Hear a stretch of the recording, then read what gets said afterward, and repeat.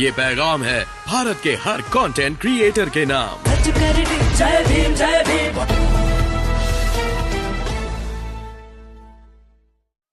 प्यारे साथियों, इस मंच पर बहुत ही जिम्मेदार शख्सियतें बैठी हुई। मैं इस तरह से सरकार की इस कार्रवाई को समझ पाया हूं कि अगर किसी को कमजोर करना हो, किसी को बर्बाद करना हो, किसी को नुकसान पहुंचाना हो, तो लाठी से मारने की जरूरत नहीं। उसकी आर्थिक ताकत को कमजोर कर दो, उसकी ताकत को इतना कमजोर कर दो कि वो घुटनों पे आ जाए। सरकार ने सोची समझी नीयत से किया है। जिस दिन ये बिल, अमेंडमेंट बिल पार्लियामेंट में आया था, उस दिन भी हमारी party Azad Samaj party Bhim army इसके विरोध में खड़ी थी। और जब जब जेपीसी के मेंबर कहीं भी गए कमेटी के, चाहे बिहार आए हो, झारखंड आए गए हो, हमारी पार्टी के लोगों ने मेमोरेंडम देके अपना विरोध दर्ज कराया था। और अब जब सार्वजनिक रूप से चर्चाएं होने लगी हैं, तो हम सार्वजनिक रूप से भी मंच से ऐलाना इस बात का ऐलान करते हैं कि हम इसका विरोध करते हैं। उसका एक कारण भी, हम संविधान को मानने वाले लोग, और संविधान ने हर धर्म को धार्मिक आजादी दी। आर्टिकल 24, 25, 26, आर्टिकल 14, 15, 16, 17, 18, 19 वो लोगों को प्रोटेक्ट करता है, ताकत देता है, उनको अवसर देता है विरोध करने का, आगे बढ़ने का, तरक्की करने का, अपने अधिकारों का संरक्षण करने का। लेकिन इस सरकार की नीयत ठीक नहीं है। कल मुझसे कोई पत्रकार ये कह रहा था कि मोदी जी ने सौगात दी है, ईद पे किट दे रहे हैं। तो मैंने उनसे कहा, सियासत इस कदर लोगों पर एहसान करती है, पहले आंखें छीन लेती है, फिर चश्मे दान करती है।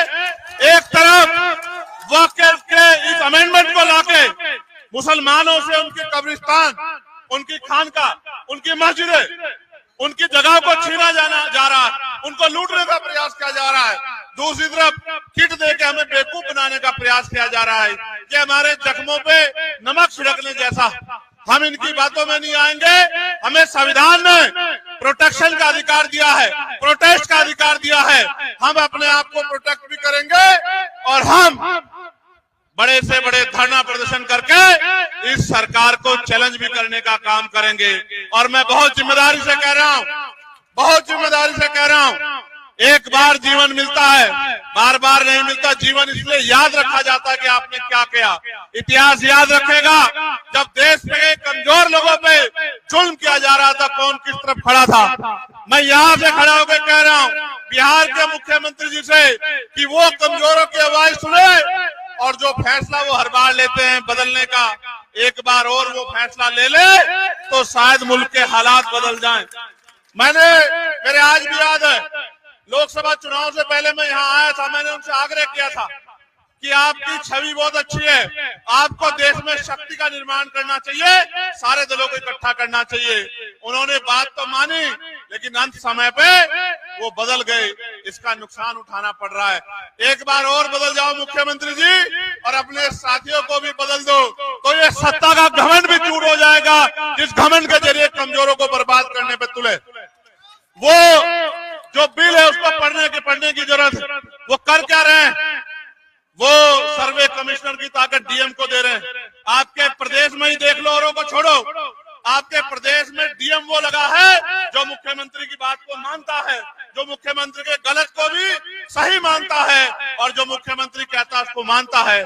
ऐसी ताकत देके, शक्ति अपने हाथ में लेके वो डीएम के जरिए इस तरह के हालात बनाना चाहते हैं कि जिस चीज पर क्लेम किया जाएगा वो डिस्पोजल प्रॉपर्टी चली जाएगी, डिस्प्यूट प्रॉपर्टी चल जाएगी, और वहां के जरिए देश में वो माहौल बनाया जाएगा जिससे भारतीय जनता पार्टी की राजनीति आगे बढ़ती रहेगी। ये एक सोची समझी साजिश है। तो मैं अपनी बात को खत्म करते हुए मैं एक इशारा करता हूँ, बुद्धिस्ट लोग हमारे बैठे हैं, जब एक जगह पे दो संस्कृतियों का मिश्रण होगा, तो जैसे बोध गया में हुआ, इसी तरह जिस तरह से आपने यहाँ कहा कि हम दूसरे धर्म के लोगों को यहाँ वक्त में जो है जिम्मेदार बनाएंगे तो इसी तरह का डिस्प्यूट खड़ा हो जाएगा, जिस तरह का डिस्प्यूट यहाँ बोधगया में खड़ा है और हमारे लोग उसको झेल रहे हैं।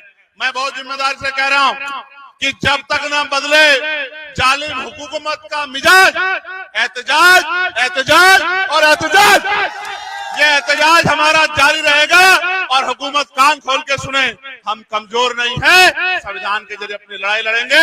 मैं ऐलान करके कहता हूं, हर जगह पे आपके साथ खड़े हैं और जब तक सरकार झुक नहीं जाती, जब तक वो अपनी इस गलत सोच को वापस नहीं लेती, आपके साथ खड़े रहेंगे। मैं इमारत सरिया का बहुत शुक्रिया अदा करूंगा, समय समय पे उनकी गाइडेंस हमें मिलती रहती है। मैं उनके लिए, उस पूरी मूवमेंट की तरक्की के लिए भी और उनके लिए भी अच्छी सेहत की प्रार्थना करूंगा। बहुत बहुत धन्यवाद। जय भीम, जय भारत, जय संविधान। आदाब, नमस्कार, सत श्री अकाल। Subscribe to my channel and also press this bell icon so you never miss any new updates, cause whenever we upload